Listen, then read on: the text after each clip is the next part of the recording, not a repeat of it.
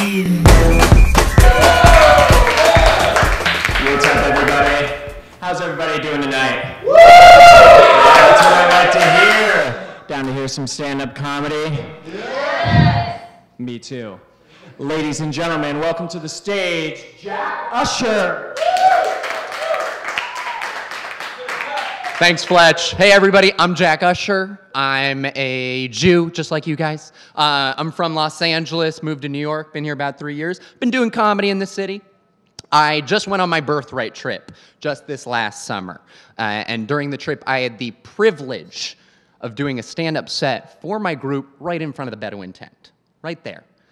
I will say that I was a touch surprised they let me perform on Bedouin ground that first night. The counselors had known me for all of 4 days, and they just let me get up there. So you can imagine my shock when they agreed to have me perform tonight. Just to be clear, I'm in no way affiliated with Birthright, okay? They have no idea what I'm gonna say, all right? So on that note, and in the spirit of Judaism, and in the tradition of Moses himself, who brought us our 10 commandments, I have come back from Israel to bequeath unto you the 10 lessons I learned while I was on Birthright. You guys ready? Yeah! Here we go. All right, lesson number 1. I would recommend Birthright to anybody. And no, they didn't pay me to say this. I really enjoyed it. The people, the places, the food, the culture. I mean, and guys, it's free. I mean, come on, how crazy is that? Some people even meet their future husbands and wives on this trip. I was one of the lucky ones. Met my wife on this trip. There she is, beautiful. I also, count me doubly lucky, I also met my husband on this trip. All right? Okay? And I know you're wondering, yes, they are both Jewish. Speaking of animals, I know some people might want me to discuss a certain elephant in the room, and you know, I know there's some controversy around Birthright. Some people like walked off a trip this summer to protest stuff. All I'm gonna say is lesson number 2, geopolitics is confusing, okay? I'm not getting into a debate. I know there's like some situation in the Middle East.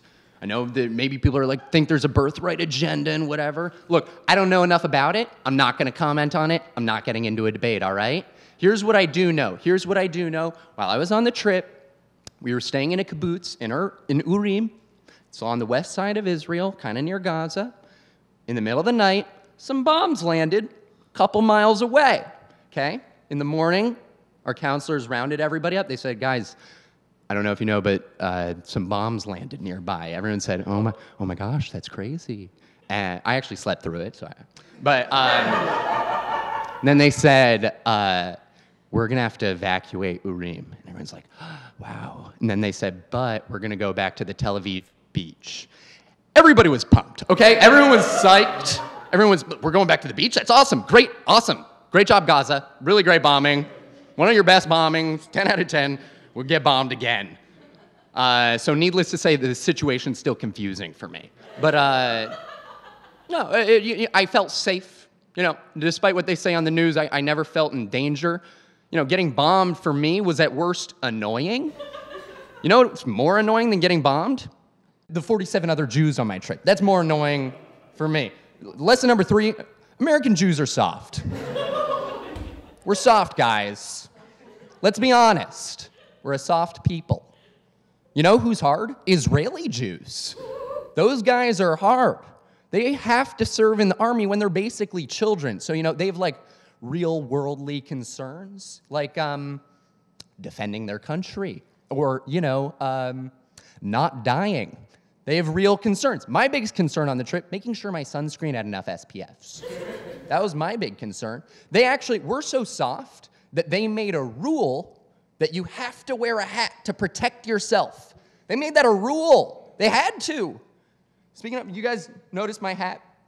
I actually bought this while I was on the trip. It says, I climb Masada. But did we really climb Masada? I think that climbing Masada, that's a bit of an overstatement. You know, we're a little too soft to do any climbing. Too soft to climb. I would say a more accurate representation would be, you know, I hiked Masada, or even I strolled Masada. That'd be a more accurate hat. While we're on the topic of the holiest of sites, lesson number 4, I'm not that Jewish. Didn't have any religious experiences on the trip. Not at Masada, not at the Western Wall. I was totally open to having one. I was kind of excited about the prospect. Didn't happen for me. And I think it says more about me than anything else. Not a big religion guy, just all of them in general. For me, religions kind of boil down to the idea of like, we're just gonna follow a bunch of shitty rules made up by a bunch of dead guys thousands of years ago to avoid going to this like hell/underworld place that's full of what? Gay people? I mean, newsflash, hell's probably really nice, you guys.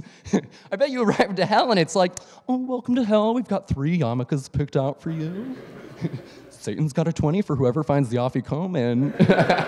Hell's just like a gay Passover party. They're like, oh, look, Elijah's here. Elijah's tipsy. he's looking cute, though, but he's very drunk. Lesson number 5, I am more Jewish than I thought. I was raised a Reformed Jew. Quick side note. Weird that a whole branch of Jews decided to go with the word reformed. It's almost as if it's like common knowledge that we were terrible before, but we're better now. Strange choice in my book.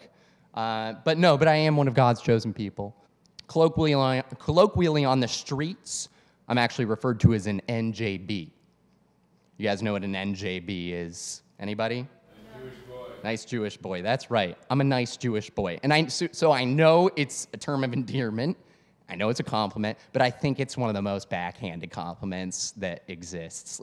Let's break it down real quick. First word, nice.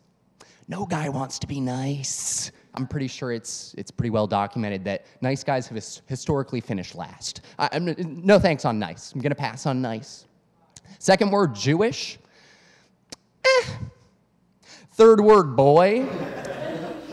It's not hot to be a boy. Nobody wants to have sex with a little boy. Well, I mean, except priests. You know what? That's not our problem. It's not our problem. I'm not going to discuss it. It's not our issue. But I was raised an NJB, and I'm proudly an NJB. I had my bar mitzvah when I was 13. I became a man. Found out they actually offer a bar mitzvah during the Birthright trip. My initial instinct, hell yeah, that shit was lit the first time.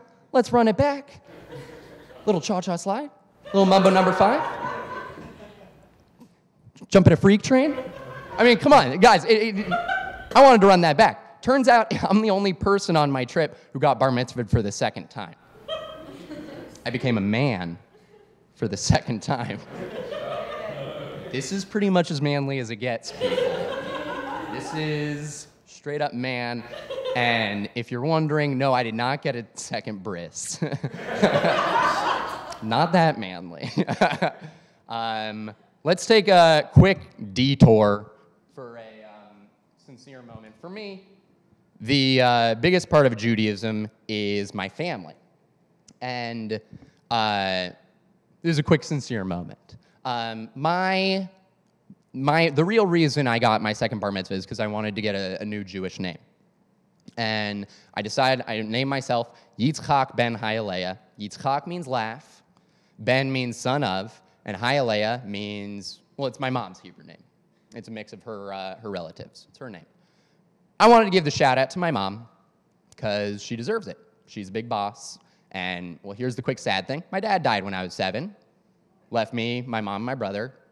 And my mom took that shitty situation by the balls. She just, like, crushed it. She just nailed parenting. Hell yeah.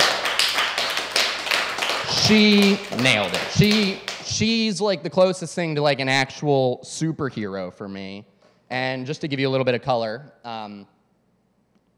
my mom's, like, a tough-as-nails lawyer.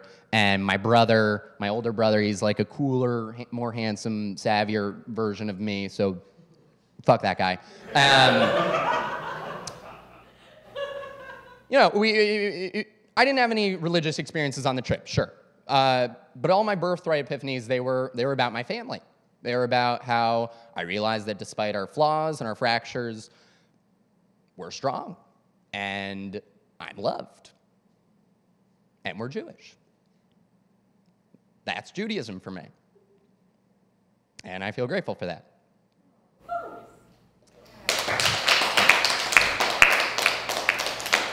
Lesson number 7, I want to raise my kids Jewish. No, they didn't pay me to say this either. They did not pay me to say this. I bet they're pumped about this one, but I do. I do want to raise them Jewish. I was so entrenched in Israeli culture that I figured out exactly what I want for the composition of my family, and I think I can only describe it as an Israeli man would. So here we go. I want to have 2 children. 2. My first will be my handsome boy Fatouche. Come see Fatouche. Come. Smile for them, Fatouche. Smile for the people. Isn't Fatouche so handsome, my beautiful boy? Go on, Fatouche, play now. Play. And then my second will be my hideous daughter, Shakshuka. Shakshuka, stay in your room, Shakshuka. Do not come out. Do not startle the guests. Shakshuka, if you need water, ring bell. Fatouche will bring you water. Just keep door closed, Shakshuka. Keep it closed. And then we will have a cat named Sabich. Do not touch Sabich. If you don't know, it's like Birthright 101. You're not allowed to touch the Israeli cat. Sabich would be an Israeli cat. He will just kick your ass. You just don't want to touch those guys. We do this is a quick group activity. I want to see hands up in the audience for those of you who are currently in relationships. Hands up if you're currently in a relationship. Sick. Awesome. Congrats to you lucky bastards. Keep the hands up though. If your hands are not up, I want you to look around the room. And these are the people whose hands are up. Those are the people you should not talk to. Okay, guys? Remember, we are here tonight to find lifelong partners, so we don't want to waste time with them, all right? If Birthright was like Top Chef, this is like Last Chance Kitchen, all right? This is the loser's bracket. Let's make it happen, guys. We've got to hit the pavement, find a lover. All right. No, but I do want to raise my kids Jewish. I don't feel the need to find a Jewish wife, though. Not important to me. And part of that might have to do with the fact that, lesson number 8, Jews love to complain. Jews love complaining. It's like built into our DNA. I love doing it. It's like my mom's all-time favorite activity. While I was actually, believe it or not, on the trip, while I was touring the Holocaust Museum, Yad Vashem, I overheard an old woman complaining to her husband about how long the tour was taking. There was a woman in the Holocaust Museum complaining about how long the tour of the Holocaust Museum was taking. Now, you might feel like that's pretty ironic. Maybe you feel uncomfortable about it. For me, I'm like, that's the most Jewish thing I've ever heard. That's a straight-up Jew right there. You guys want to talk about some more Holocaust stuff? Buckle up. Lesson number 9. Everyone has a unique relationship with the Holocaust. During the trip, after we toured Yad Vashem, I talked to one of the Israeli soldiers. She said that she felt like the Holocaust Museum, it wasn't so much for her, or Israelis in general. That's how she felt. She felt like the Holocaust Museum existed for tourists to come see, maybe Jews who live in other countries that still experience anti-Semitism on a daily basis. They don't experience that in Israel. That was her specific relationship with the Holocaust. That's just her. You want to hear a little bit about my specific relationship with the Holocaust? Yeah. A couple years back, I went on a celebrity lookalike database to find out what hot celeb I look like. Plug in a photo of my face, tells you what celeb you look like. You get a cool self-esteem boost. So I got Anne Frank. That's a 75% match, apparently. And I guess you could say that I was not pumped to get Anne Frank. Frail Jewish girl isn't really the look I'm going for. I showed my friends, I was like, this is bullshit, right? And they're like, no, dude, you look like Anne Frank. Turns out it's a really good call. I had to come to terms with it. I thought about it for a while, and I was like, Anne Frank and I, we're not that different, really. She's Jewish, I'm Jewish. She lived in a crawl space. I live in a very small apartment. We both peaked at a young age. You know, we're similar guys, Anne and I. So I came to accept it, you know? I was actually happy about it. But there was one thing I didn't come to accept, which is are the dickheads who put Anne Frank in a celebrity lookalike database. Can you imagine putting Anne Frank in a celebrity lookalike database? How'd that even go down? Hey guys, we're doing the celeb lookalike database. We need some names. We need them like yesterday. Ah, shit, right. Okay. Cool. Got to come up with celeb names. All right, just spitballing here. But what about like? Oh, you gotta have your Chris's. You gotta have your Hemsworth, your Pines, your Evans. Ah, crap. I'm forgetting one. Oh, what about Anne Frank? Yes. Let's put Anne Frank in. I love Anne Frank. Annie F. Love her. Oh my God, you know what I loved Anne Frank in? The Holocaust. She was so great in that. So great. Just think it's a little disrespectful. Especially considering all the shit she went through. I mean, just ignoring the Holocaust in general. She wrote a diary that got published. That's the worst thing that can happen to any girl, ever. She also didn't make any money from it, and that's the worst thing that can happen to a Jew. So, think we should cut her a little slack. Anyways, that's just my specific relationship with the Holocaust. A little specific detail there. And we're done with the Holocaust stuff, guys. Thanks for bearing with me through that. You can unbuckle your seatbelt. We're gonna end on a much lighter note. Let's pivot real quick. Lesson number 10, Israeli music is awesome. It's sick, guys. You gotta check it out. I know a lot of people haven't heard it, but it's very cool. Did you guys know that this Israeli artist named Netta won the Eurovision 2018 competition? The Israelis know. It's so this Eurovision, it's a music competition. It's one song. Over 50 countries participate, and Israel won. You want to know how I know that? Every single person in Israel told me. Every single person told me. I'd be just ordering falafel, he'd be like, you want hummus? You want tahina? Did you know Israel won the Eurovision 2018? I'd be like, yes, I know. Everybody told me. But they're very proud, and they should be, because the music bumps, guys. It does. I actually spent so much time listening to Israeli music that I figured out there's a secret to Israeli music. There's a secret. I'm going to let you in on what the secret is, okay? It's all in the voice warble. It's the voice warble, guys. Here's a couple jams. Tel Aviv, Tel Aviv, Tel Aviv. It's the voice warble, guys. I'm a golden boy, come on to enjoy. That's the key. And so with this knowledge, I actually wrote my own Israeli single that I would like to teach you guys tonight. And so my Israeli single, it's called Noshi Noshi. And Noshi Noshi translates literally to, I got chlamydia from an Israeli soldier in the Bedouin tent. It's just a literal translation. And here are the lyrics. Are you guys ready? It goes, Noshi Noshi, Noshi Noshi, Noshi Noshi, you are very Noshi. And then it repeats, okay? That's the whole thing.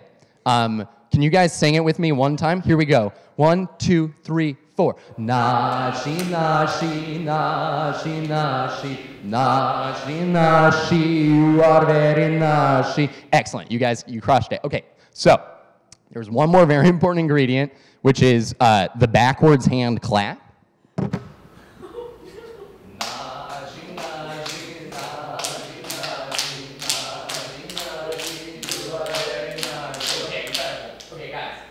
So, the backwards hand clap is very important because it's an Israeli song, okay? All right, so don't forget, backwards hand clap, warble in the voice. What do you guys say? We end this thing with a dance party. Everybody up, come on. This is Birthright reunion, guys. Are you guys ready? Yeah. Yeah? All right, here we go, guys. Everybody up. All right, here we go. Get those backwards hand claps ready. Y'all ready? Here we go. 1, 2, 3, 4. Nashi, Nashi, Nashi, Nashi, Nashi, Nashi, you are very Nashi, Nashi, Nashi. Get the voice warble. Get the voice warble.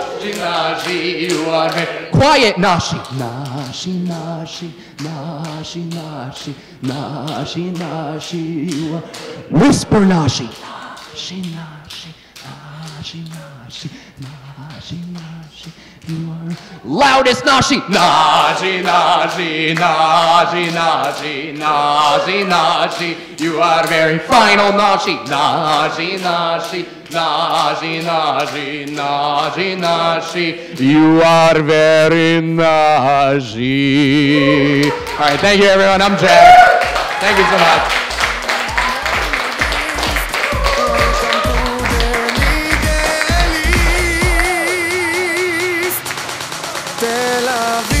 חביבי תל אביב, תסתכל כמה לירדים מסביב, עושים לי היי היי בלילה וואי וואי, וסחטן על תל אביב, זורחת שמש. Becky, there's like nobody here.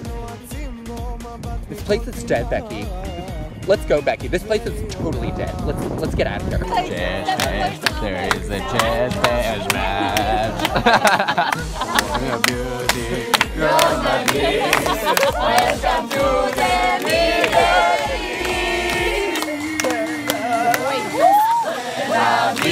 the Middle on Tel Aviv. Back to Jazz Bash. And we're back to Jazz Bash. We're playing Jazz Bash.